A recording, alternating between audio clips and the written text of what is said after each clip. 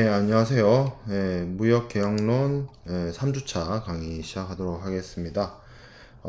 지난 시간에 우리가 계약의 성립에 대해서 무역계약론에서 다룰 만한 이야기들을 이제 좀 다뤘고요. 이제 살펴볼 부분은 무역계약의 이행과 관련된 부분입니다. 그러니까 청약과 승낙으로 계약이 무역계약이 성립이 되죠. 그러면 이제 그 성립된 계약의 양측은, 매도인과 매수인 측은 각자의 의무를 이행을 해서 계약 이행을 하게 되는데, 기본적으로 매도인은 물품을 판매하는 측이기 때문에 물품 판매의 의무, 물품의 인도의 의무, 물품을 준비해서 거래 상대방에게 인도해야 되는 의무가 있고요. 매수인의 입장에서는 이제 대금 지급을 해야 되는 가장 기본적인 의무입니다. 물품을 주고 대금 지급을 하는 것인데, 이 국제 물품 매매 계약, 다시 말하면 이 무역 계약에 있어서는 일반적인 국내에서 이루어지는 상거래랑은 또 좀 다르게 몇 가지 추가적인 것들을 해야 되는데, 대표적으로 물품에 체화되어 있는 서류를 인도를 한다든지, 그리고 기본적으로 물품의 어떤 소유권 이전과 관련된 문제라든지, 그리고 매수인의 입장에서 한번 생각을 해보면, 매수인은 그냥 돈만 줄 것이 아니라 국제 운송을 수반하는 무역 거래에 있어서는 물품을 제때 적기에 인수해야 되는, 물품을 제대로 받아가야 되는 의무도 있습니다. 이러한 것들이 계약 이행의 측면에서 우리가 다뤄줘야 되는 부분이고, 요런 것들이 이루어질 때 쉽게 말해서 물품이 어떻게 누구의 책임하에, 누구의 위험 부담하에 누가 어떻게 처분하는지, 그래서 물품의 인도, 소유권의 이전, 위험의 이전, 물품의 인수, 이런 여러 가지 측면에서 여러 가지 것들을, 계약과 관련된 내용들을, 조항들을 살펴볼 필요가 있다는 것입니다. 자, 그래서 좀 하나씩 단계별로 좀 살펴보도록 하겠습니다. 물론 다 이 사전 제작 강의에서 다룰 수 있는 부분은 아니고, 뒷부분은 아마 강의실에서 이어 나가게 될 것 같고요. 자, 첫 번째 가장 중요한 것이죠. 매도인의 물품 인도 의무입니다. 물품을 인도한다라는 것은 매매 계약, 국제 물품 매매 계약에 따라서 매도인이 매수인에게 물품을 인도한다는 거죠. 그리고 당연히 매수인은 거기에 대한 반대급부로서, 약인으로서 물품을 인수하고 대금을 지급을 합니다. 그래서 어떻게 보면 제가 앞서 설명을 드렸던 것처럼 이 무역계약을 단순한 매매계약으로서 간단하게만 보면, 매도인은 물품을 인도하고 매수인은 대금 지급을 하는 것이고, 특별한 이유가 있거나 특별한 약정이 없지 않는 이상 매도인의 물품 인도와 매수인의 대금 지급은 서로가 서로에게 채권 채무가 있는 것처럼 동시에 이루어져야 하는 사안입니다. 자, 그런데 국제 물품 매매 계약, 다시 말하면 무역 계약은 서로 멀리 떨어져 있는 사람들 사이에서 이루어지는 거래이고, 이것을 이행하기 위해서 우리가 지난 시간에 필수적으로 부수적인 운송 계약이라든지 대금 지급 계약이라든지 보험 계약이라든지 이런 것들이 이루어진다라고 말씀을 드렸죠. 그래서 여러 가지로 단순하게 매도인이 매수인을 만나서 직접 물품을 전달하는 것이 아니라 서로 멀리 떨어져 있는 사람들이 물품을 전달하고 받는 것이기 때문에 여러 가지 고려해야 되는 사안들이 있습니다. 자, 물품의 인도라고 하는 것은 SGA, 영국 물품매매법 규정에 따르면 특정인이 어떤 특정한 다른 사람에게 물품에 대한 점유를 자발적으로 이전한다라고 규정을 하고 있습니다. 이건 좀 사전적인 의미고, CISG의 규정을 좀 살펴보면, SGA 규정은 이렇게 간략하게 돼 있고, CISG의 내용을 좀 살펴보면, CISG 우리가 수업 시간에 충분히 다루게 될 겁니다. 이거 다시 또 이야기를 할 텐데, CISG 31조를 할 때, 기본적으로 CISG는 물품의 인도에 대해서 특별하게 정한 방식이 있다면 그렇게 할 것이고, 그렇지 않은 경우에 운송이 포함된 경우와 운송이 포함되지 않는 경우로 나눕니다. 운송이 포함된 경우는 매매 계약에 따라서 매도인이 최초의 운송인에게 물품을 인도할 때 물품의 인도가 이루어진다라고 이야기를 하고 있고요. 운송이 포함되지 않는 경우에는 특정물 매매 혹은 특정한 재고품 중에 어느 창고에 있는 특정 재고 중에 일정 수량이 매매 혹은 제조되거나 생산되어야 하거나 뭐 아니면 불특정물 가운데서 계약 체결 시에 물품이 특정한 장소에 존재하거나 아니면 그 장소에서 제조되거나 생산되거나 이런 것들을 알고 있었을 경우에는 그 물품을 매수인의 이비 처분 하에 둔 시점, 장소, 이 장소에서 매도인의 인도 의무가 완료된다라고 되어 있습니다. 여기서 뭐 몇 가지 중요한 단어들이 등장을 하죠. 뭐 특정물이라든지 그러니까 이게 특정 물품은 여기 딱 정해진 요 A라는 물품을 사고 파는 거래인 것인지 아니면 A라는 창고에 들어있는 딱 그 B라는 물품의 재고품인 것인지 아니면 뭐 정해지진 않은 공장에서 미래에 만들어질 물품이긴 한데 이 창고, 이 공장에서 생산되어질 물품을 거래를 한다라고 친다면 어쨌든 그 물품이 매수인의 임의 처분 하라는 매수인의 통제, 매수인의 컨트롤 하에 들어온 그 시점에 매도인이 매수인에게 물품을 인도한다 이렇게 바라보고 있어요. 31조 CISG 제 31조에는. 자, 그리고 이 앞서 운송을 포함한 경우와 운송을 포함하지 않는 경우 CISG 규정으로 봤을 때 31조에 운송 포함, 운송 불포함 요 두 가지 경우에 둘 다 해당되지 않으면 인도 장소에 대한 규정으로 계약 체결 시에 매도인의 영업소에서 매수인의 임의 처분 하에 두었고 다른 장소에서 인도를 하지 않기로 한 그런 합의가 다른 장소에서 인도하기로 뭐 어떤 요구되는 것이나 뭐 합의된 사항이 없다라고 한다면 매도인의 영업소에서 매수인의 임의 처분 하에 둘 때 매도인에게서 매수인에게로 물품이 인도된다라고 봅니다. 그래서 그러니까 이미 인도를 한다는 것 자체가 매도인이 매수인에게 물품을 준다는 의미예요, 정확하게. 근데 그냥 던져주는 개념이 아니라 이 매도인이 가지고 혹은 생산을 하고 뭐 했던 물건을 매수인의 임의 처분 하에 둔다라는 이 말이 의미가 있는 겁니다. 임의 처분이라는 말 자체가 어떻게 보면 쪼개볼게요. 임의 처분 하에 둔다. 하가 언더란 말이죠. 그 사람의 밑에 둔다라는 뜻이란 말이에요. 임의란 말은 뭡니까? 자기 마음대로 할 수 있다는 거죠. 그래서 매수인이 매수인의 마음대로 할 수 있다라는 그런 의미를 가집니다. 그래서 매수인의 통제하에, 매수인의 어떤 보관 아래, 매수인의 통제 아래 그 물품이, 매도인의 물품이 매수인의 통제하에 들어왔다는 것 자체가 매도인이 매수인에게로 물품을 인도했다는 의미가 돼요. 자, 그래서 앞서 살펴봤던 것처럼 뭐 매수인의 임의 처분하에 둔다. 이것은 매수인이 물품 점유를 취득할 수 있는 상태에 둔다는 것을 의미한다. 그래서 이것은 제가 통제라는 표현을 썼는데 물품을 지배하는 물품의 지배를 옮긴다. 매도인에서 매수인에게로 이전한다. 이런 뜻을 갖고 있다는 거죠. 뭐 점유권의 이전이란 표현도 쓸 수 있고 현실적 인도란 표현도 쓰고 합니다. 자, 그래서 매매 계약에서는 이 인도라고 하는 용어는 기본적으로 다양하게 사용이 되는데 일반적으로는 매수인이나 매수인의 대리인이 물품을 보관 통제하에 두는 것이라고 이해를 하면 될 것 같아요. 이 매수인의 임의 처분하라는 표현은 사실 가장 많이 등장하는 국제규칙이 인커텀스에서 굉장히 많이 등장을 합니다.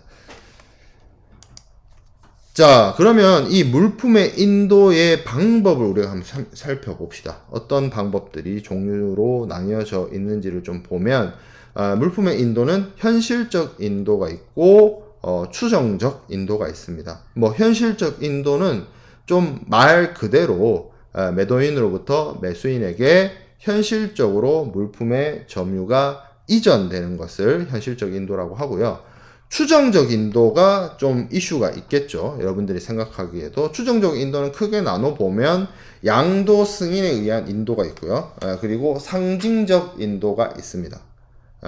그래서 이 중에 양도 승인부터 먼저 얘기를 해보면 대체적으로 한 3가지 정도로 이야기해 볼 수 있어요. 첫 번째가 점유 계정입니다. 이건 뭐냐면 매도인이 물품을 점유하고 있다가 매매가 이루어졌어요. 매도인에서 매수인에게로 물품이 판매된 이후에도 매도인이 계속 물건을 가지고 있는 상태를 말합니다. 그러면 이때는 매도인이 매수인에게 물품을 팔았잖아요. 팔았음에도 불구하고 물건 판 사람이 물건을 계속 가지고 있는 그런 성격을 말하는 건데, 물건이 판매되고 난 이후부터는 이 물품은 매도인의 것이 아니라 매수인의 것이 되는 것이고, 매도인은 단지 매수인의 대리인으로서 매수인의 일을 대신해서 자기가 그냥 보관하고 점유하고 있는 정도로 이해를 하면 돼요. 소유권이 바뀌었지만 물품의 상태는 바뀌지 않는 그런 경우가 있는 것이고요. 자, 간이 인도가 있습니다. 간이 인도. 매매가 이루어지기 전에 이미 매수인이 가지고 있어요. 이제 반대되는 상황인 거죠. 매매 후에 실제로 인도는 이루어지지 않아요. 왜? 어차피 물품이 매수인한테로 넘어가 있기 때문에. 앞서 제가 말씀드린 점유 계정하고 반대 상황이에요. 자, 3번째, 지시 인도 있습니다. 이거는 목적물 반환 청구권의 양도 이렇게 되어 있는데, 물품이 제3자한테 가 있어요. 그래서 물품이 보관되고 있는 거죠. 제3자한테. 그래서 주인만 바뀌는 거예요. 이 물건을 이 사람한테 맡긴 사람이 매도인인데, 이 사람이 내가 저 사람한테 맡긴 물건을 새로운 사람한테 파는 거죠. 그러면 이 새롭게 물건을 산 사람이 필요한 경우에 그 물건을 보관하고 있는 제3자로 하여금 물건을 내놓으라고 할 수 있는 것이고, 왜냐면 이제 자기가 소유권을 가져갔기 때문에 뭐 그런 차이점과 비교점이 있습니다. 자, 그러면 양도 승인에 대해서는 우리가 살펴봤고, 상징적 인도를 살펴볼 텐데, 상징적 인도가 국제 물품 매매 계약, 무역 계약에서 굉장히 중요합니다. CIF, 우리가 여러분들 상무론이나 무역학 개론에서 인커텀스를 배웠을 것이고, 그 인커텀스에서 이제 대표적으로 사용되는 정형거래 조건이 이제 CIF가 있는데, 이 CIF에서는 기본적으로 물품은 수탁자가 점유하고 있는, 여기서 말하는 수탁자는 운송인을 뜻해요. 물품은 이게 해상 운송을, CIF에서는 운송을 해상 운송, 주로 선박을 이용한 운송에 적합하게 사용하도록 되어 있는 규칙이죠. 그래서 물품을 운송인이 가져가고 있어요. 물품이 운송인의 통제하에 있는데, 이때 매도인이 물품을 직접 매수인에게 넘겨주는 것이 아니라 이 운송인이 가지고 있는 물품을 대신하는, 그리고 대표하는, 그리고 이 서류를 가지고 있음으로 인해서 물품의 권리를 주장할 수 있는 권리증권인 선화증권을 실제로 직접적으로 매도인이 매수인에게 매수인의 임의 처분하에 물품을 전달하는 것이 아니라 서류를 넘겨주는, 서류를 인도해주는 그러한 인도를 상징적 인도라고 합니다. 여기서 그러면 당연히 상징이라고 하는 거는 물품을 넘겨준다, 물품을 현실적 인도를 하는 것이 아니라 물품을 상징물, 물품의 아이콘이죠. 물품의 대표하는 이거 종이 서류, 요거 넘겨주면 물품을 통째로 넘겨준 것과 동일하다라고 바라보는 입장에서 상징적 인도라고 하는 거예요. 그래서 이 물품의 상징물인 권리증권, 선화증권을 물품을 대신해서 넘겨주면 물품을 실제 넘겨준 것과 동일한 효력을 갖는다라는 포인트입니다. 자, 그래서 이 상징적 인도를 다른 말로 서류가 거래의 주체가 되기 때문에 서류 인도라고 하고요. 무역 계약에 있어서는 두 가지 측면을 동시에 가지고 있습니다. 첫 번째는 물품을 현실적으로 인도하는 것이 어려워요. 왜? 서로 멀리 떨어져 있기 때문에. 그리고 이 선화증권을 사용함으로써 인해서 우리가 FOB나 뭐 CIF나 이런 조건 하에서 선화증권에 의해서 소유권을 이전을 하고 요 선화증권을 이용을 해서 서로 돈 떼먹히지 않고 대금 청구를 할 수 있는 하나의 수단, 하나의 방법으로서 쓸 수가 있는 겁니다. 그래서 사실 무역 거래를 하는 데 있어서 선화증권을 이용한 뭐 거래라든지 선화증권을 이용한 대금 회수라든지 이런 것들이 굉장히 중요하고, 사실 무역 거래에 있어서 국제 물품 매매 계약에 있어서의 여러 가지 어려운 법리들이 사실은 이걸 어떻게 처리하느냐, 이걸 어떻게 바라보느냐에 관한 문제예요.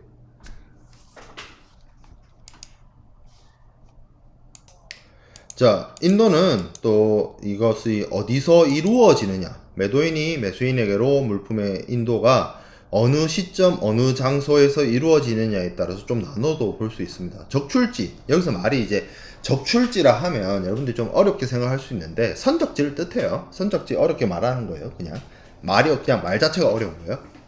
그래서 place of shipment, 선적이 이루어지는 장소에서 물품의 인도가 이루어지는 경우도 있고요. 반대 경우도 있겠죠. 양육지, 뭐 쉽게 말해서 목적지, 목적항이 있는 곳에서 물품의 인도가 이루어지는 그런 경우도 있습니다. 사실 이 물품을 선박에 적재하고 혹은 선박에서 양육한다는 그런 하역 작업하고 상관없이 뭐 이런 것들이 사실은 어디서 어떻게 보면 하역 작업에 포커스가 맞춰진다라기보다는 그 소유권이라든지 물품의 위험이라든지 뭐 아니면 뭐 운송의 시작이 어디서 이루어진다든지 뭐 이런 것들에 따른 구분이지 사실 큰 의미는 없어요. 뭐 특히 뭐 CIF 조건 같은 경우에는 어차피 선적지 조건이긴 한데 대금 운임이라든지 이런 부분들을 수출자가 부담을 하기 때문에 뭐 큰 의미는 없습니다만, 기본적으로 이걸 좀 나눠보면 EXW, FCA, FOB 같은 경우에 대표적인 선적지, 적출지 인도 조건이고, 인커텀스상의 D로 시작하는 조건들이 대표적으로 양육지 인도 조건인데, 왜냐면 매도인의 물품 인도 의무가 양육지, 양육국, 양육항, 양육장소, 목적지에 있는, 그러니까 수입국에 있는 장소에서 이루어지기 때문에 그런 거예요. 근데 이제 주의해야 되는 사실들은 C로 시작하는 애들, CFR이나 CIF의 경우에는 기본적으로 선적지 인도 조건입니다. 왜냐하면 물품의 인도가 기본적으로는 선적지에서 이루어져요. 근데 여러분들이 무역학개론이나 상무론 시간에 배웠던 것처럼 그 비용 부담이 매도인의 FOB랑 CIF랑 다른 게, FOB는 물품을 선적지에서 본선 인도를 하게 되면 거기까지가 매도인의 책임이고 그 이후부터는 다 매수인의 책임인데, CIF는 그렇지가 않죠. 비용 부담을 해주죠. 다만 여기서 포인트가 뭐냐면, CIF에서 주 운송 구간의 운임을 매도인이 부담하더라도 물품의 본선 적재가 이루어지면, CIF에서 물품의 본선 적재가 이루어지면 그걸로 매도인의 역할과 매도인의 의무는 거기서 끝난다는 거예요. 그 이후에 추가로 발생되는 위험이라든지 그 이후에 추가로 발생되는 비용은 매수인의 몫입니다. 그러니까 포인트, 매도인의 부담과 매수인의 부담이라고 하는 측면에서 바라봤을 때 그 갈리는 지점, 그 포인트는 선적지라는 거죠. CIF라 할지라도. 다만 CIF는 약간 FOB랑 다르게 그 주 운송 구간까지 운송되는 데 있어서의 운임 보험료를 매도인이 대신 부담한다라는 측면에서 바라봐야 되지, 이것이 CIFD에 도착 장소가 적혀 있다 하더라도 CIF는 절대 양육지 인도 조건으로 바라봐서는 안 된다, 주의해야 된다라는 점입니다. 자, 그러면 물품의 인도에 대해서 살펴봤고, 우리가 매매 계약이라는 거를 바라봤어요. 국제 물품 매매 계약이 무역 계약이다 라는 걸 제가 또 여러 차례 강조를 했었죠. 매매 계약이라고 하는 것은 물품을 팔고 산다는 겁니다. 물품을 A라는 사람이 갖고 있는 물품을 B라는 사람한테 판다는 거예요. 그 얘기인즉슨 물품의 관점에서 바라봤을 때 주인이 바뀌는 거예요. 주인이 바뀐다는 것은 소유권이 A에서 B에게로 넘어간다는 겁니다. 그러면 이 국제 물품 매매 계약, 서로 멀리 떨어져 있는, 서로 다른 나라에 위치하고 있는 사람들 사이에서 이루어지는 상업 거래에 있어서 가장 중요한 이슈는 물건을 파는 사람 A로부터 물건을 사는 사람 B에게로 언제 과연 어느 시점에 어떻게 소유권을 넘길 것이냐, 소유권이 언제 넘어가느냐에 대한 이슈예요. 그래서 사실 소유권, 물품의 소유권 이전과 관련된 문제는 되게 복잡하고 되게 그 아래에 여러 가지 힘들고 복잡하고 이해해야 할 것들이 좀 몇 가지가 있습니다. 그거를 이제 하나하나씩 살펴보도록 할게요. 자, 소유권이라고 하면 기본적으로 말 그대로 물품을 소유하는 권리입니다. 법률적 권리예요. 내가 소유권을 가지고 있으면 내 물품을 내 마음대로 처분할 수 있습니다. 그 물건을 버릴 수도 있는 게 또 내 마음이고, 물품을 다른 사람에게 주거나 다른 사람에게 판매하거나 하는 것도 나의 자유입니다. 왜? 내가 물품을 소유하고 있고, 물품을 소유한다라고 하는 것은 물품에 대한 처분권을 내가 가지고 있기 때문이에요. 그래서 이 소유권이라고 하는 거는 여러 가지 의미가 있을 수 있습니다. 물품을 소비할 수도 있고요, 폐기할 수도 있고요, 보관할 수도 있고요, 매각할 수도 있는 겁니다. 근데 이 물품의 소유권에 대해서 미국은 이거를 소유권 안의 권리를 두 가지로, 뒤에서도 한번 다시 얘기를 하겠지만 두 가지로 나눕니다. 수익권과 담보권으로 나눠요. 수익권은 물품을 매각해서 내가 팔아먹을 수 있는 권리를 뜻하는 것이고, 담보권이요, 우리가 담보가 일반적으로 여러 가지 의미로 사용이 되지만 여기서 말하는 담보는 영어 표현이 워런티가 아니에요. 여기서 말하는 담보는 은행의 어떤 그 일종의 대출 위한 신용담보로서 보증용으로서 사용할 수 있다라는 것의 의미로서의 담보권이에요. 자, 그래서 이 수익권과 담보권으로 미국의 어떤 그 소유권에 대한 이론은 이걸 두 개로 나눠보는 입장이 있고, 영국은 이걸 나눠서 보지는 않습니다. 영국에서는 이걸 하나의 어떤 처분권의 개념으로 접근을 하고 있습니다. 자, 그러면 소유권이 있고 점유권이란 말이 있습니다. 점유권이라고 하는 말은 물품을 현실적으로 지배하고 있는 권리를 점유권이라고 해요. 물품을 내가 점유하고 있다, 물품을 가지고 있다, 이 뜻이에요. 소유권이라고 할 때 기본적으로 여러 권리를 가질 수 있죠. 내가 물품의 소유주다라고 한다는 말 자체 안에는 내가 이 물품을 팔아먹을 수도 있고, 이 물건을 처분할 수도 있고, 폐기할 수도 있다라고 하는 그 말의 의미에는 내가 이 물건을 기본적으로 가지고 있다라는 것을 뜻하기도 합니다. 근데 그 중에서 소유권의 권리, 소유권이 가지고 있는 그 수많은 권리 중에서 물품을 가지고 있다, 물품을 내가 지배하고 있다라고 하는 측면에서 권리만 싹 빼서 바라보면 그게 점유권이라는 거죠. 어떻게 보면 소유권 안에 점유권이 포함되어 있다라고 보는데 또 그렇지 않은 경우도 있어요. 왜냐하면 앞서 우리가 양도승인과 같은 거 얘기할 때 그런 거 있죠. 소유권은 내가 가지고 있는데 물품에 대한 점유는 제3자가 하고 있는 경우, 그런 것들도 충분히 있을 수 있는 일입니다. 자, 그래서 보통의 일반적인 경우에 물품에 대한 소유권과 점유권은 한 사람이 가지고 있는 게 일반적이에요. 근데 국제무역에서는 이 소유권과 점유권이 분리되는 일들이 굉장히 비일비재하게 벌어집니다. 내가 여러분들 알다시피 뭐 예시로서 국내 거래를 얘기를 하면 항상 편의점 얘기를 하는데, 편의점에 가서 물건을 사면 편의점에서부터 내가 산 물건, 내가 거기서 편의점에서 물건을 사는 순간 내가 산 물건의 주인은 내가 되죠. 그런데 그러면 소유주가 편의점 사장님으로부터 내가 산 편의점에서 내가 어떤 물건을 샀다고 쳤을 때 그 물건의 소유주가 편의점에서부터 나에게로 바뀌는 거죠. 매매를 했기 때문에. 근데 국제 물품 매매는 그렇지 않아요. 중간에 국제 운송을 해야 된단 말이죠. 그래서 이런 경우를 한번 예를 들어 봅시다. 강의 자료에 있는 것처럼 미국으로 가는 친구한테 책을 부탁을 해요. 그래서 책을 운송해 달라고 했어요. 그래서 그 책이 이제 미국으로 가는 친구의 수화물 속에 있습니다. 하지만 그 사람은 자신의 가방에 책을 넣어서 가져가니까 물품을 점유하고 있다라고는 할 수 있지만 실제적인 소유주는 아직 나죠. 그런 거.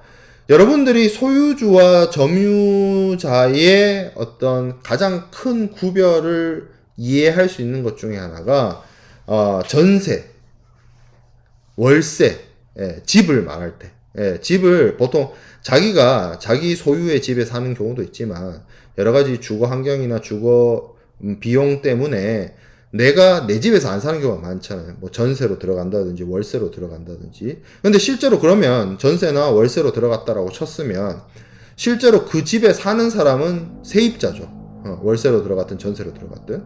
근데 그 세입자는 집주인은 아니에요. 그러면 이런 것처럼 이런 경우에 그 집의 주인은 소유권을 갖고 있다라고 볼 수가 있는 것이고 그 사람에게 세를 얻어서 들어가 있는 사는 그 집을 살고 있는 세입자는 점유자라고 볼 수도 있습니다. 이렇듯 소유와 점유의 개념은 분명히 나눠서 생각해 볼 수 있고 그래서 이 소유권이나 점유권은 동일한 사람한테 있을 수도 있고 분리되어질 수도 있다라는 겁니다. 자, 그러면 물품을 국제적으로 판매하고 매매하는 무역 계약에 있어서 국제 물품 매매 계약에 있어서는 이 소유권을 넘기는 것이냐 점유권을 넘기는 것이냐라고 했을 때 본질적으로는 매매이기 때문에 소유권을 넘겨야 돼요. 근데 이게 서로 멀리 떨어져 있는 사람 사이에서 이루어지는 거래이기 때문에 매도인은 불안합니다. 내가 저 멀리 떨어져 있는 사람한테 물건을 먼저 넘기면 저 사람이 나한테 돈을 안 주면 어떡하지? 반대로 물건을 사는 사람의 입장에서 그 물건이 필요해서 내가 돈을 줬다라고 칩시다. 돈을 줘놨는데 저 멀리 떨어진 곳에 있는 사람이 나에게 소유권을 넘겨주지 않으면 어떡하지? 돈 떼일 걱정을 하는 거죠. 그래서 이거를 해결하는 방법이 물품의 소유와 점유권을 분리시켜서 운용을 하는 거죠. 자, 그래서 그걸 가능하게 하는 것이 앞서 제가 얘기한 선화증권이에요. 선화증권이 물품의 권리가 체화되어 있는 권리증권이기 때문이에요.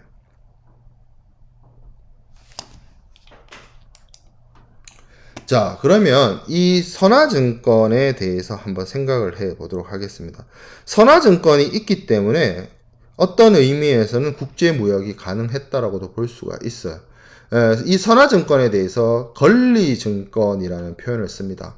권리증권이라는 표현은 사전적인 의미로 살펴보면 법률상 인정된 상간습에 의해서 그 물품에 관한 어떤 법률적인 상징으로서 증권의 인도는 곧 물품의 인도. 그러니까 선화증권과 같은 권리증권을 넘겨주는 행위는 곧 뭐다? 물품을 넘겨주는 혹은 더 나아가서 물품의 소유권을 넘겨주는 것과 동일한 효과가 있다라는 것을 의미를 합니다. 즉 다시 말하면 물품을 실제로 가지고 있지 않아도 이 권리증권을 가지고 있으면 물품을 소유하는 것과 동일하다라는 겁니다. 이게 가능하기 위해서는 우리가 여러분들 앞에서 바라봤던 양도 승인 중에 지시인도, 목적물 반환 청구권의 양도를 한번 고려해 볼 필요가 있어요. 이게 국제 운송을 하잖아요. 국제 운송을 한다는 거는 국제 운송 수단, 선박이든 아니면 항공기는 선화증권이 쓰이지 않으니까 항공기는 예시로 들지 말고 선박만 예시로 한번 들어볼게요. 선박을 통해서 내가 국제적으로 물품을 운송한다라고 쳤을 때 그 선박에 물품을 적재를 합니다. 그러면 그 물품은 운송인이 점유하고 있죠. 소유하고 있는 것이 아니라 점유하고 있죠. 그렇게 운송인이 나에게 물품을 받아가면 그 운송인은 나에게 선화증권을 줍니다. 사실 이 선화증권이라고 하는 것을 실제로 발행하는 주체는 매도인도 아니고 매수인도 아니고 운송인이에요. 선화증권의 발행 주체가 운송인입니다. 운송인이 어떻게 보면 물품을 선적지에서 송화인인 수출자로부터 물품을 받았기 때문에 그 받은 거에 대한 어떤 하나의 리시프트, 영수증으로서 끊어주는 것이 메이트 리시프트가 있는데, 이 메이트 리시프트를 기본으로 발행되는 선화증권은 운송인이 발행하는 서류예요. 그러면 운송인이 이 선화증권을 발행한다라고 했을 때 그 선화증권의 역할이라고 하는 것은 운송계약 하에서 운송인이 물품을 받아가지고 물품을 선적을 해서 운송을 하는 거죠. 그럼 그 운송계약에 따라서 그 물품은 국제 운송을 해서 목적지에 도착하게 됩니다. 그러면 그 목적지에 도착한 화물에 대해서 이 선화증권을 가지고 오면 그 선화증권과 반대급부로서 물품을 주겠다라는 운송인의 약속이 담겨 있어요. 선화증권에는 그러한 의미가 있죠. 네, 그래서 선박회사, 운송회사로부터 물품을 상환받을 수 있는 그러한 권리가 있는 서류예요. 그래서 결국 화물을 찾을 수 있다는 거죠. 화물을 운송인에게 찾을 수 있기 때문에 이 선화증권을 가지고 있는 것만으로도 운송인에게 물품을 찾을 수 있기 때문에 이 서류를 매도인이 매수인에게 넘긴다는 의미는 매도인이 이 물품을 찾을 수 있다는 권리를 운송인으로부터 되찾아올 수 있다는 목적물 반환 청구권의 이 권한을 매도인이 매수인에게 준다는 거죠. 그러면 이걸 준 이상 매도인은 더 이상 그 권리가 없죠. 그렇기 때문에 매도인은 운송인에게 물품을 내놓으라는 말을 못하는 것이고, 이 선화증권을 가져간 정당하게 획득한 매수인이 운송인에게 물품 내놓으세요를 할 수 있는 거예요. 그러니까 뭐예요? 선화증권을 넘겨준다라는 의미가 물품을 넘겨준다는 의미와 같다는 것이고, 선화증권을 넘겨준다는 의미가 곧 소유권을 매도인이 매수인에게로 넘겨준다는 의미와 같은 의미가 돼버리는 겁니다. 그렇기 때문에 이게 상징적 인도고 서류 인도예요. 이 국제 운송, 이 국제 무역에 있어서 해상 운송, 장거리 운송을 해야 되기 때문에 운송인이 수중에 있는 물품을 혹은 멀리 떨어져 있는 사람에게 현실적 인도, 다른 말로 물리적 인도를 하는 것은 어렵습니다. 그렇기 때문에 오랜 기간 동안 이것을 해결하기 위해서 물리적 인도를 못하기 때문에, 편의점처럼 내가 직접 가서 내가 얼굴 보고 돈 주고 물건 살 수가 없기 때문에 이걸 해결하는 방법, 어느 한쪽은 물품을 빼앗길까봐 걱정하지 않아도 되고 어느 한쪽은 돈을 떼일까봐 걱정하지 않아도 되는 해결책을, 물품을 운송인한테 맡겨놓고 운송인이 일종의 국제 운송을 하고 있지만, 운송 수송이라는 행위를 하고 있지만 일종의 제3자로서 이거를 가지고 있는 거죠. 점유하고 있는 거죠. 점유하고 있는 상태에서 운송인한테 물품을 맡겨놓고 그 서류를 보내서 뭐와 상환으로? 대금하고의 상환으로. 그냥 주면 안 되겠죠. 매도인의 입장에서 물품을 직접 주면 먼저 보내면 내가 물품을 떼일까봐, 물품을 빼앗길까봐 걱정인데, 그래서 운송인한테 맡겼어요. 운송인한테 맡겨서 보냈는데, 이 운송인으로부터 물품을 찾을 수 있는 권리를 나타내는 서류를 아무 그거 없이 그냥 매수인한테 보내면 그냥 또 바보짓을 하는 거죠. 그러니까 이 서류를 그냥 보내면 안 되고, 서류를 보낼 때는 이거에 대한 반대급부가 있어야 돼요. 그 반대급부가 있다면 대금 지급이겠죠, 당연히. 그 대금 지급이 있다라고 하면 이 선화증권을 매수인에게로 넘겨주고, 매수인은 돈을 주자마자 돈과 상환으로 선화증권을 받아와서 선화증권을 돈 뗄 걱정이 없는 거죠. 일단 선화증권 받아왔으니까. 선화증권 받아왔으니까 뭐예요? 선화증권은 매도인이 만든 서류가 아니구나, 운송인이 만든 서류거든요. 그러니까 매도인이 나한테 돈만 받아가고 물건 안 줄 것이라는 그 두려움이 있는데, 이 사람이 나한테 운송인에게 물품을 선적을 해서 운송을 시켰어라는 걸 입증하는 서류를 줘요. 그럼 일단 나한테 내가 위치한 목적지로, 운송상의 목적지로 물품이 오고 있다는 걸 개런티 할 수 있잖아요. 선화증권이 나왔다는 것 자체가. 그러니까 매수인 입장에서도 돈 떼먹힐 것에 대한 두려움 없이 대금 지급하고 선화증권 가져와서 목적지에 도착한 운송인으로 하여금 물품을 찾아갈 수 있게 만들어요. 그래서 이 선화증권을 운송인에게 제시하면 운송인은 물품을 내줄 의무가 있는 이런 식의 메커니즘으로 돌아가는 차원에서 선화증권이 굉장히 중요한 서류입니다. 물론 이 선화증권이 요즘에도 뭐 전자되고 선화증권은 여전히 해상운송에서 주로 사용되지만 항공운송이나 이런 것들이 뭐 늘어나고 하면서 특송, 페덱스나 UPS 같은 특송도 늘어나고 항공운송도 늘어나면서 해상운송이 가지고 있는 커버 범위가 좀 줄어들긴 해서 이 선화증권이 뭔가 구닥다리스럽고 옛날 것 같은 느낌이 들지만 여전히 중요한 서류예요. 여전히.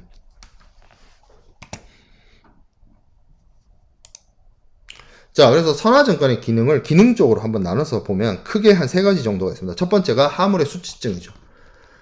선화증권은 본선에 이 선화증권에 기재된 물품을 운송인이 받았다라는 일종의 수치증이자 영수증입니다. 그러니까 선화증권에 물품 그 송화인이죠. 수출자인 송화인이 운송인에게 물품 운송을 의뢰했을 때 그 물품을 운송인이 받았을 거 아니에요? 그러면 그 운송인이 송화인으로부터 받아온 물건, 운송 의뢰를 받은 물건의 상태, 수량, 종류, 뭐 이런 것들이 선화증권에 적혀 있어요. 그리고 그 적혀있는 선화증권에 그러한 내용들이 적혀있는 이유가 선화증권이라고 하는 것이 물품을 찾을 수 있는 목적지에서 운송인으로 하여금 목적물을 반환하도록 만드는 권리가 있는 권리증권이잖아요. 그렇기 때문에 선화증권에 기재되어 있는 어떤 물품의 수량, 중량, 화물은 요대로 그 선화증권에 기재된 상태 그대로 목적지 양육항에서 선화증권의 정당한 제시가 이루어졌을 때 운송인이 물품을 그대로 내놓아야 한다는 의미입니다. 만약에 그러지 못하면 예를 들어서 이렇게 생각해볼게요. 선화증권에 운송인이 발행했죠. 운송인이 발행을 했는 선화증권에 화물의 개수가 100개인데 목적지 도착해서 100개가 화물 개수 100개가 적혀있는 선화증권을 수화인이 운송인에게 제시를 했어요. 근데 운송인이 화물을 90개밖에 못 내줬어요. 그러면 이거는 누구의 책임이냐? 선적해서 운송인이 발행한 자기가 본인이 직접 발행한 선화증권에 분명히 100개라고 적혀 있었잖아요. 근데 목적지 도착해보니까 100개를 다 못 내주고 90개밖에 못 내준다는 얘기는 뭐예요? 운송 도중에 10개가 사라졌다는 얘기죠. 파손됐다는 얘기죠. 그럼 그 운송 도중에 화물을 제때 관리를 하지 못해서 운송을 제대로 하지 못해서 사라진 부분에 대한 책임은 누가 져야 된다? 운송인이 지는 거예요. 그래서 운송인은 이 선화증권에 기재된 대로 물품을 받았다라는 것을 확인을 해야 되고 이 선화증권과 실제 선적된 화물의 차이가 있다라고 하면 그건 그런 식으로 선화증권을 발행해서는 안 되는 거예요. 운송인 입장에서는.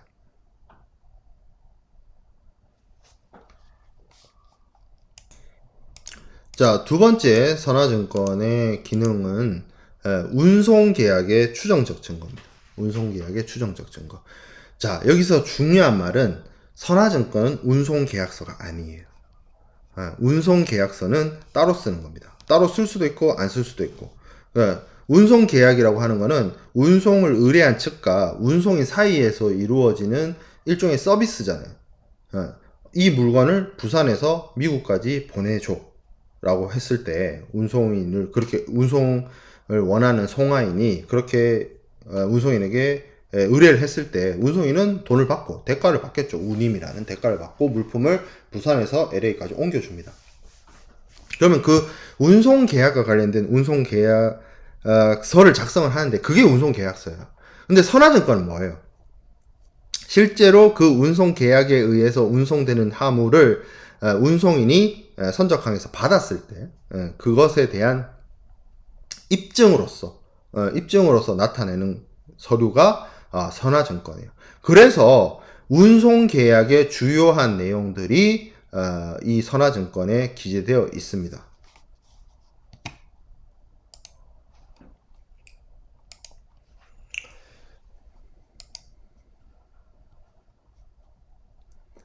자, 사례를 하나 볼게요. 사례. 1947년, 좀 옛날 사례죠. 6.25 전쟁 이전인데 1947년 11월 22일 날 아르데네스 발음하기도 어려워요. 아르데네스호는 스페인에서 영국까지 직항을 해가지고 12월 1일 이전에 영국에 도착한다는 계약 하에 오렌지를 실었어요. 그래서 선박은 벨기에의 엔트워프에 중간에 기항을 해가지고 12월 4일 날 도착을 했습니다. 근데 BL 약관에는 중간항에 자유로이 기항할 수 있다는 조항이 있었어요. 근데 12월 1일 날 오렌지에 대한, 이건 이제 런던의 수입 관세겠죠. 런던의 수입 관세가 오르고 뭐 이렇게 다른 배도 오렌지를 수입이 되어가지고 오렌지 값이 이제 떨어졌어요. 폭락을 했어요. 그래서 하주 입장에서 선주 측이 구두계약 위반했다, 이렇게 해서 손해배상 청구를 했다는 거죠. 선주 측은 선화증권이 운송계약서이며 BL의 조항 중에 중간에 기착할 수 있다라는 내용이 있다라고 주장을 했는데, 재판부는 BL이 계약서가 아니다. BL은 그냥 물품 상환을 청구할 수 있는 물품에 대한 권리증권이지 BL이 운송계약은 아니야. 이 사건은 사실 문제가 뭐였냐면 운송계약서를 따로 작성을 안 했다는 거였어요. 여기 중간에 나오는 말 자체가 운송계약을 뭘로 했다는 거예요. 계약서를 따로 안 쓰고 구두계약을 했다는 거잖아요. 그게 사실 분쟁의 씨앗인 거지. 그러니까 어떻게 보면 명문화된, 문서화된 운송계약이 없으니까 BL이 뭐 운송계약 아니냐 이렇게 주장을 한 거예요. 뭐 일리는 있지만 그건 그거고 이건 이건 거죠. 운송계약은 운송계약이고 선화증권은 선화증권인 거예요. 그래서 선화증권의 내용에 보면 물품에 대한 명세가 있고, 선적항이 어디고 선박이 어디고 목적항이 어디고 물품 운송을 의뢰한 송화인이 누구고 이런 내용들이 다 담깁니다. 그렇기 때문에 언뜻 보면 그게 운송계약서 같아요. 운송계약에 다 내용들을 담고 있으니까. 하지만 그건 운송계약서가 아니에요. 선화증권은 선화증권, 운송계약서는 운송계약서. 왜냐하면 선화증권은 목적이 분명합니다. 운송 물품을 운송인이 맡았어요. 점유하게 됐어요. 점유권을 줬어요. 근데 운송인도 이 물품이 자기 게 아니기 때문에 계속 가지고 있을 이유는 없어. 목적지 도착하면 줘야 돼. 물품 받을 사람한테. 근데 이제 그냥 뭐 누구한테 줘라 이러면 뭔가 좀 안 맞잖아요. 그래서 영수증 수령증 이런 거를 끊어줍니다. 이게 생각을 해보세요. 지금이야 통신수단이 발달을 했지만 운송인 입장에서 생각을 해보세요. 내가 운송을 의뢰를 받아서 물품을 받았는데 목적지에 도착했어요. 한 달간의 배를 끌고 항해를 도착해서 항구에 도착했는데 물품을 내려야 돼요. 물품을 내려줘야 난 딴 데 가잖아. 그래서 물품을 내려주고 이 물품 찾아갈 사람을 찾아보니까 아무도 없어. 근데 갑자기 뜬금없이 한 서너 사람이 나타나가지고 자기가 자기 물건의 주인이래. 그럼 피곤하잖아요. 도대체 누구한테 줘야 되냐. 그러니까 어떻게 애초에 내가 운송을 의뢰받을 때, 물품을 받을 때 내가 서류를 하나 만들어 주는 거야. 내 이름으로. 운송인 안태건 사인 딱 해가지고 이 종이 들고 오면 내가 목적지 한 달 뒤에 목적지에 갈 거니까 거기서 요 종이 들고 오는 사람한테 물건 줄게 라고 해서 자기 사인 해가지고 주는 거예요. 그러면 이 서류를 이제 보내겠죠. 이 서류 받은 사람이 자기가 직접 오거나 자기가 송부를 하거나 뭐 이런 식으로 해서 도착을 하겠죠. 그러면 내가 목적지에 도착하면 그 서류 들고 온 사람, 내 사인이 되어 있는 종이를 들고 오는 사람한테 물건 내주겠다는 거. 그런 목적인 거지 이게 운송계약서가 아니라는 거예요. 자, 그리고 선화증권의 가장 중요한, 앞서 살펴봤던 뭐 물품의 수취증, 그리고 운송계약의 추정적 증거 이런 것들도 중요하지만 가장 중요한 선화증권의 기능은 권리증권에 있습니다.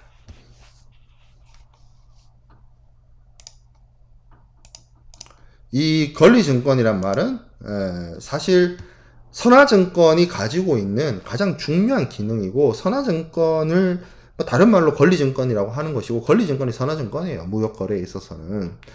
선화증권을 가지고 있으면 물품을 운송인으로부터 내놓으라 할 수 있잖아요. 그렇기 때문에 물품에 대한 권리 행사를 할 수 있는 서류라는 거예요. 그래서 이 선화증권을 배서란 말은 등배자를 써서 이면, 그러니까 종이 서류의 뒷면에다가 쓴다는 뜻이에요. 그래서 우리가 여러분들 오늘날에는 수표를 잘 안 쓰죠. 신사임당 할머니가 나온 이후부터는 그 10만원 자기압 수표를 잘 안 쓰게 돼요. 근데 간혹 쓸 일이 있거든요. 아, 여러분들 쓸 일이 없으려나? 뭐, 예를 들어서 좀 큰 돈을 이렇게 옮기거나 할 때 쓸 일이 있어요, 수표를. 그럼 수표를 쓸 때 뒤에다가 제 이름하고 뭐 연락처하고 이런 거 적어요. 예, 그래서 이렇게 주거든요. 문제 생기면 이게 이제 위조 수표가 아니라는 걸 책임지기 위해서 내가 이렇게 내 이름을 뒤에다가 쓰는데 그게 이제 배서예요. 그래서 이 선화증권이란 건 배서에 의해서 권리가 이전이 됩니다. 아마 선화증권의 배서에 대해서는 뭐 다룰 시간들이 있을 거예요. 자, 그래서 이 배서를 통해서 다른 사람에게 넘기는데, 이렇게 다른 사람한테 배서를 통해서 넘겨주게 되면 그 받아간 사람이 선화증권을 가지고 있다라고 한다면 물품의 어떤 권리를 주장할 수 있는 사람이 됩니다. 내가 나한테서 권리를 이전받은 게 되는 거죠. 네, 그래서 이 선화증권의 권리증권성이라고 하는 거는 유통이 되고 A라는 사람에게로부터 B라는 사람에게로 이 권리가 넘어갈 수가 있습니다. 그런데 이 선화증권은 우리가 늘상 써오는 어떤 어음이나 제가 설명을 드린 수표처럼 완전한 형태의 유통증권은 아니에요. 예를 들어서 나한테 100만원짜리 수표가 있다라고 하면 그 수표를 받아주는 곳이라면 뭐 아무 때나 쓸 수가 있어요. 내가 가서 그냥 뭐 사용을 할 수가 있는데, 이 선화증권은 목적이 있죠. 목적이 있기 때문에 이 정당하게 물품을 취득할 수 있는 권한을 가진, 그러니까 선화증권에 의해서 목적지에서 운송인으로부터 물품을 정당하게 받을 수 있는 사람이 아니라면 문제가 있는 거예요. 그러니까 예를 들어서 좀 쉽게 말하면, 좀 나쁘게 말하면 수표 같은 거는 내가 길에서 주워서 악용하려면 악용을 할 수는 있어요. 근데 권리증권인 이 선화증권은 정당하게 권리를 획득하지 못하거나 정당한 권리자가 아님에도 불구하고 이 선화증권의 권리를 행사하는 경우에는 문제가 될 수 있습니다.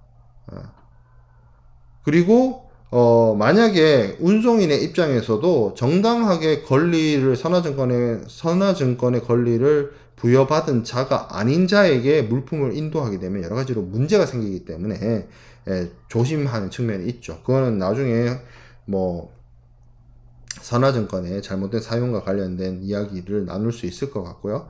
자, 제가 앞서서 선화증권은 배서라는 방식으로 유통이 되어질 수도 있다라고 했습니다. 이 유통하는 방식은 선화증권은 보통 지시식 방식을 사용을 합니다.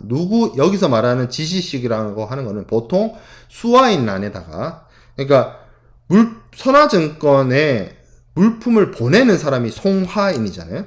그렇기 때문에 송화인에는 수출자 같은 사람들이 오겠죠. 근데 수화인, 물품을 받는 사람이 있을 거 아니에요? 그 물품을 받는 사람을 보통 누구의 지시를 받아 이렇게 적어두거나 아니면 빈 칸으로 나누는 거죠. 그러면 누구의 지시에 따라서의 그 누구가 보통 어디가 되냐면 매도인이 되거나 은행이 되거나 합니다.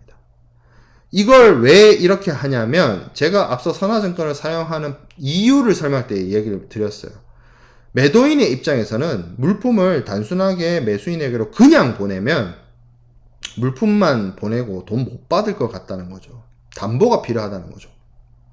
그러니까 매수인이 돈을 주면 그때 이 선화증권을 매수인에게 넘겨주도록 하기 위해서 매수인이 대금을 지급해야 되는 은행, 대체적으로 신용장 방식이나 추심 방식인 경우에, 아니면 대금을 지급받아야 되는 당사자인 매도인, 이 사람의 지명하는 사람에게 운송인이 물품을 주라는 취지로 지시식 선화증권을 사용을 합니다.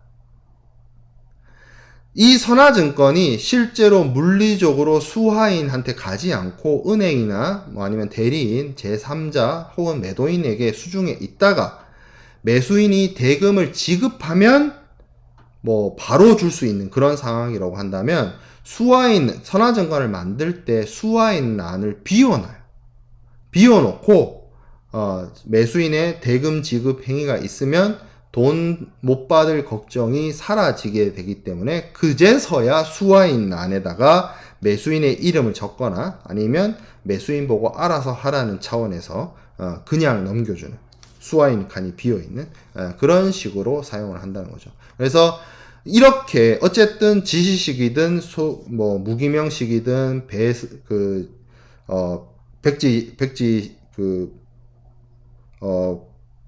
백지 배설을 하든 지시식을 하든 기명지시를 하든 무기명지시를 하든 어쨌든 이런 식으로 물품에 대한 권리를 주장할 수 있는 이 선화증권은 유통이 되어지고 이 유통이 정상적으로 정당하게 이루어졌다면 그 정당하게 권리를 넘겨받은 사람은 운송인에게 물품에 대한 인도를 청구할 것이고 물품을 받을 수 있게 되는 아주 중요한 어떤 기능을 수행하는데 이것이 이제 선화증권이 가지고 있는 권리증권성이라고 볼 수가 있습니다.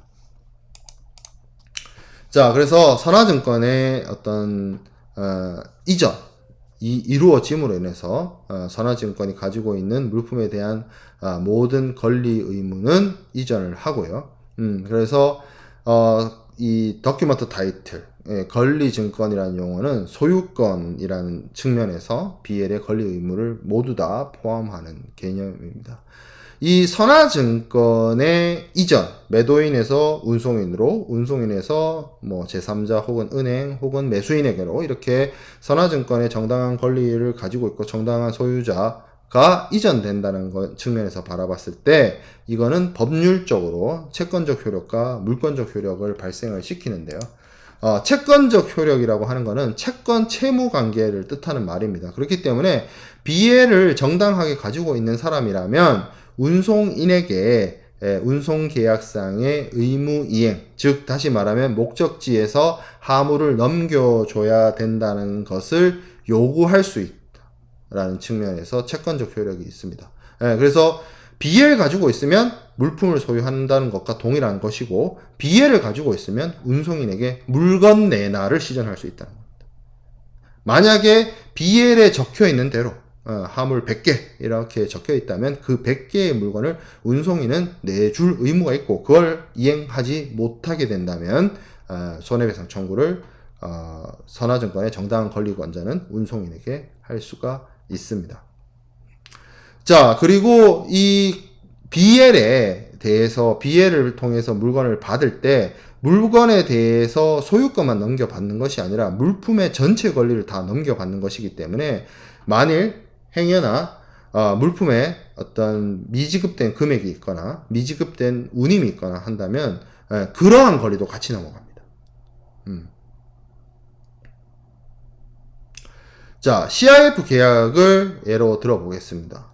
운송계약은 매도인이 송화인으로서 운송인과 운송계약을 체결하는 것이기 때문에 수화인과 운송인 간에는 아무런 계약관계가 없어요. 그러니까 물건 받는 사람 입장에서는 운송인이 누군지도 모를 수도 있어요. 여러분들 전자상거래 사이트에서 쿠팡이니 어디니 그런 데서 물건을 주문을 하면 총알 배송 올 수도 있지만 그냥 일반 택배사로 물건이 오기도 하잖아요. 그럼 일반 택배로 올 때 그게 CJ인지 한진인지 롯데인지 모르잖아요. 내가 지정하는 거 아니잖아요. 우체국인지 모르잖아요. 나하고 관련은 없잖아요. 내가 직접 택배를 보내는 것도 아니고 나는 받는 사람일 뿐. 그런 것처럼 수화인과 운송인 간에는 아무런 법적 관계가 없습니다. 하지만 선화증권을 매도인이 매수인에게로 이전시키잖아요. 그래서 수화인이 선화증권을 정당하게 권리를 획득하게 됩니다. 그러면 수화인은 이 선화증권을 운송인한테 제시함으로 인해서 운송인으로부터 하여금 물건 내놔를 할 수 있게 되는 거죠. 그래서 처음에 수화인과 운송인, 물건 받는 수입자와 운송인은 아무런 관계가 없었는데 매도인이자 수출자로부터 선화증권을 이전받게 되면 선화증권으로 인해서 수입자와 운송인, 매수인과 운송인, 수화인과 운송인 사이에 법률 관계가 형성이 된다는 거죠. 물건 내놔야 되는. 이러한 계약 관계를 BL 컨트랙트라고 합니다. 처음에는 아무런 관계가 아니었는데 선화증권을 정당하게 이전 받음으로 인해서 내가 선화증권을 가지게 되었고, 내가 선화증권의 정당한 권리권자로서 수입항에 들어온 이 물품에 대해서 운송인으로 하여금 내놓으라를 시전할 수 있는 거죠. 그래서 일종의 BL의 이전이라고 하는 것은 물품의 인도도 해당이 되고 물품의 소유권이 이전된다는 의미이기도 하지만, 운송인으로 하여금 물품을 인도 청구를 할 수 있는 권리를 넘기는 것이고, 그리고 운송인이 제대로 된 물품의 인도를 하지 못하게 된다면 그로 인해서 생겨나는 소송권도 가지게 된다는 것을 의미합니다. 자, 그 다음에 물권적 효력, 채권적 효력은 그런 거. 그러니까 원래 운송인과 수화인 사이에는 아무런 그런 계약 관계가 아니었는데 BL을 이전 받음으로 인해서 수화인과 운송인 사이에 법률 관계가 형성이 된다는 게 채권적 효력이었고, 물권적 효력이라는 건 그냥 단순하게 심플하게 BL을 받으면 내가 운송인에게 물품을 청구할 수 있는 권리, 물품을 인도 청구할 수 있는 권리를 가지는 거. 그래서 포커스는 그거예요. 물건이란 건, 그러니까 채권은 채권 채무 관계를 제가 설명을 했죠. 물건이란 건 쉽게 말하면 재산권이거든요. 내가 BL을 넘겨받으면 내가 BL을 통해서 실제로 물품을 넘겨받지 않았지만 하물을 넘겨받은 것과 동일한 효력을 가지게 된다라는 의미예요. 그래서 BL이 이전된다라는 것은 내가 수입자 입장에서 BL을 넘겨받는다라는 의미는 운송인에게 물품을 내놓으라고 청구할 수 있고, 잘못된 BL과 동일하지 않은 물품을 내놨을 때 내가 이 사람한테 손해배상 청구를 할 수 있는 권리가 생겨나는 것이고, 내가 BL을 넘겨받으면 BL이 곧 물품을 나타내고 대표하는 권리증권이기 때문에 물품을 받은, 재산을 넘겨받은 것과 동일한 효력을 가진다. 그래서 BL이 이전되면 이 선화증권으로 인해서 채권적 효력과 물권적 효력이 같이 넘어오는 겁니다. 그런 의미가 있다는 거예요. 어렵죠. 자, 소유권 이전 있습니다. 이 소유권 이전도 좀 복잡한 내용인데, 좀 어려운 내용이니까 이게 좀 시간이 걸리더라도 차근차근 나가도록 하겠습니다. 제가 생각했던 것보다는 좀 더 나가야 될 것 같긴 한데, 남은 부분들은 그 강의실에서 우리가 다음 주 화요일 날 이어서 나가도록 하겠습니다. 3주차 강의 사전 제작 영상은 여기서 마치도록 할게요.